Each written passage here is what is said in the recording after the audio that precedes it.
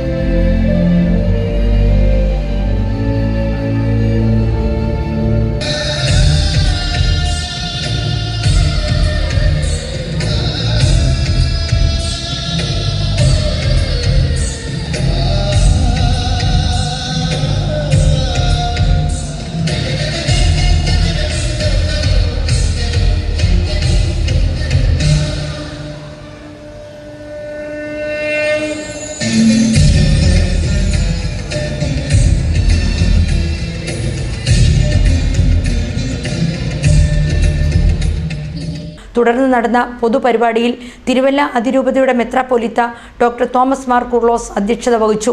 What you make of your life, take seriously every moment, not because we want to please our parents or anybody, but because you and me and we don't want our lives to be lost. We don't want our occasions for success to be lost. So let us try together. I want to wish you all the very best.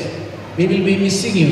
We are happy that you get out of the school for high studies, and wherever you go, may the good Lord continue to bless you and guide you. പിന്നണി ഗായിക doctor Vaikom Vijayalakshmi ഉദ്ഘാടനം ചെയ്തു.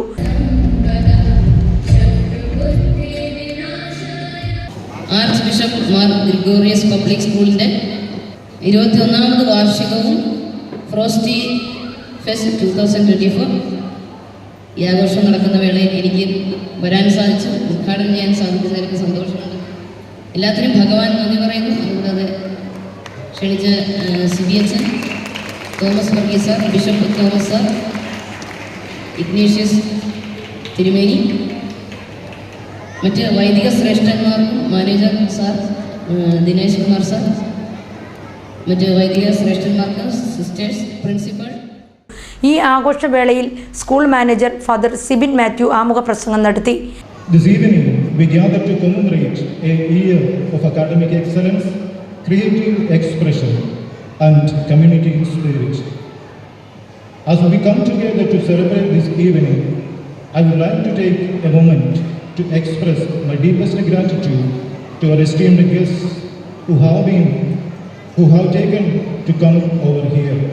ചടങ്ങിൽ Kaviyoor panchayat president MD Dinesh Kumar, Mallappally ജില്ലാ വികാരി reverend doctor Thomas Kutty 18, father Ignatius Thangalathil, school principal Kathuran Binu, father Varghese Kandathil എന്നിവർ പ്രസംഗിച്ചു. തുടർന്ന് കുട്ടികളുടെ വിവിധ കലാപരിപാടികൾ അരങ്ങേറി.